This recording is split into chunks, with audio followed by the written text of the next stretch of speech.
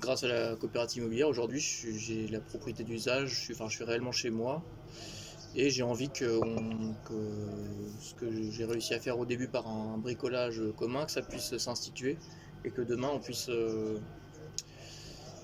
aider d'autres personnes à se loger, à se sécuriser par rapport à l'évolution de la situation économique et tout ça.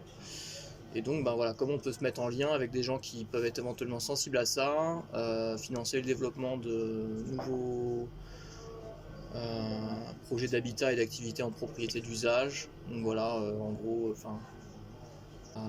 partiellement se libérer de cette vulnérabilité au monde économique, au travail et tout ça, et développer des pratiques communales pour répondre à nos besoins autrement, et voilà, et créer une forme d'existence qui soit plus désirable, plus connecté déjà les humains entre eux et aussi à l'environnement. Moi, je suis dans l'une des prémices qui s'appelle La Vallée. J'habite à un endroit là-bas.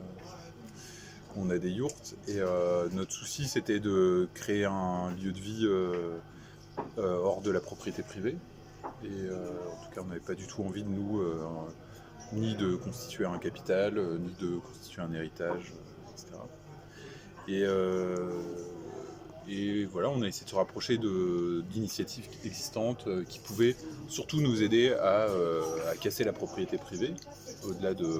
Le vivre ensemble, c'était un acquis. C'était pas du tout le côté coopératif de l'affaire de l'habitat coopératif, c'était une chose réglée. Mais le montage juridique qui permettait de s'assurer que on ne fasse pas de la propriété privée, on ne l'avait pas. Parce que nous, on avait vraiment envie de constituer un bien commun. C'est-à-dire qu'aujourd'hui, les APL servent surtout à payer le bien d'une classe de propriétaires.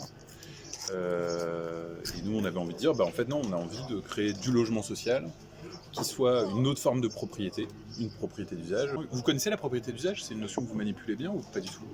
Une bonne manière d'expliquer, je trouve, c'est de partir de la forme juridique de la propriété dans nos sociétés. Elle se divise en trois types de propriétés. Pouvoir utiliser un espace, pouvoir en retirer les fruits. Et la dernière, c'est l'abusus, c'est le fait de pouvoir détruire ou vendre.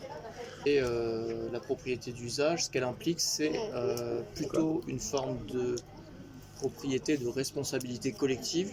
Ce que je trouve important de comprendre, c'est qu'à aucun moment elle n'exproprie les personnes, enfin elle n'est en capacité d'exproprier les personnes. L'idée c'est de garder le droit d'habiter quelque part, d'être sécurisé par rapport à ça, même ça peut même être de pouvoir sécuriser ses enfants. Quand on dit propriété d'usage, moi je l'entends aussi, de mettre quelqu'un en capacité d'habiter quelque part et d'être en responsabilité d'un endroit, plutôt que d'être le dieu sur cet endroit, tout puissant, qui peut...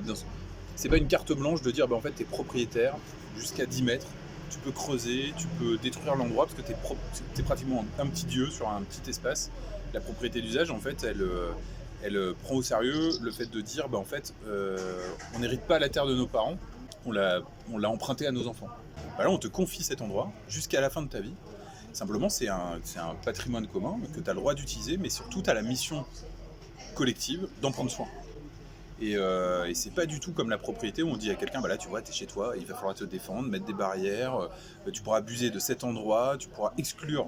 Privé, ça veut dire, la propriété privée, ça veut dire que tu peux priver quelqu'un de cet endroit, quoi. Là, l'idée, c'est vraiment justement, la collectivité te dit, cet endroit-là, c'est le tien, tu en fais ce que tu veux, dès lors, il y a quand même des limites. Mais par contre, on te missionne aussi pour en prendre soin. C'est vraiment important. Moi, je trouve que ça permet aux gens d'habiter complètement différemment un endroit. En se liant ensemble, on peut faire du logement pour des précaires qui n'ont plus envie d'avoir cette place-là. Et d'avoir envie de dire, non, en fait, on est capable d'engendrer nos propres institutions d'habitat social autogérées. On est capable de constituer un patrimoine qui soit ni un patrimoine d'État, ni un patrimoine, ni de l'habitat social privé.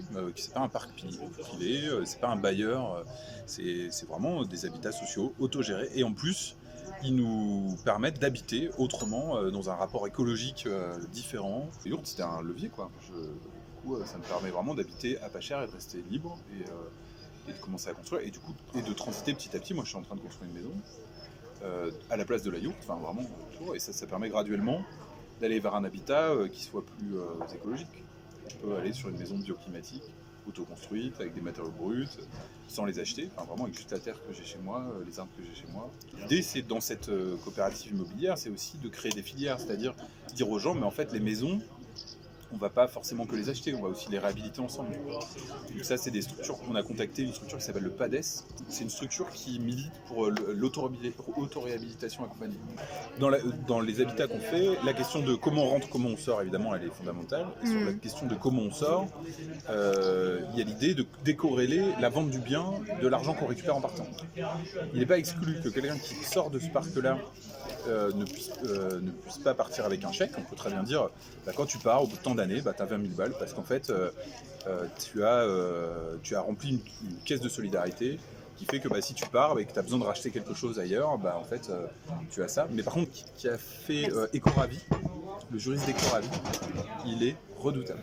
Mais redoutable. C'est vraiment un démontage, on le présentera nous dans la COP IMO. Ils ont fait un montage juridique pour la propriété, pour les habitats coopératifs, qui intègre vraiment ça, la propriété d'usage, le fait de pouvoir collecter des fonds, le fait de pouvoir donner de l'argent à ceux qui s'en vont, le fait de pouvoir avoir une réduction collective des charges, par exemple en vendant de l'électricité, ou en faisant un petit jardin participatif qui vend des excédents, qui paye des loyers, un tronc commun de loyers pour essayer de décréter un peu les loyers, etc. C'est génial, franchement c'est super.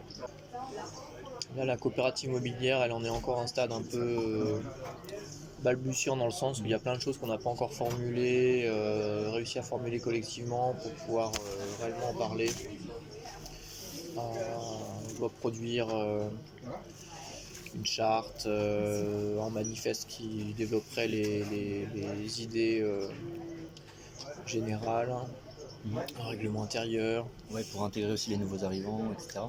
Voilà, que vraiment ça soit cadré un minimum. Ouais. Et puis créer même une association, parce qu'on a vogué de modèle en modèle selon l'évolution de la situation, parce qu'en fait il y avait à la fois le développement de la Tuilerie et à la fois le développement d'un autre lieu là qui vient juste d'être acheté. Et donc on trouvait le moyen de réussir à faire ça avec la banque et tout ça. Et là, finalement, ce qu'on va aboutir à faire, c'est recréer une nouvelle association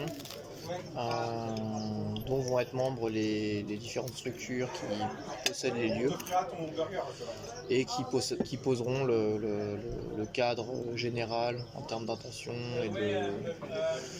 et même d'outils un peu pour neutraliser les possibilités de faire ce qu'on veut éviter en cas de conflit entre les personnes. Donc voilà, trouver les moyens de gérer tout ce qui se passe forcément avec l'évolution d'un projet.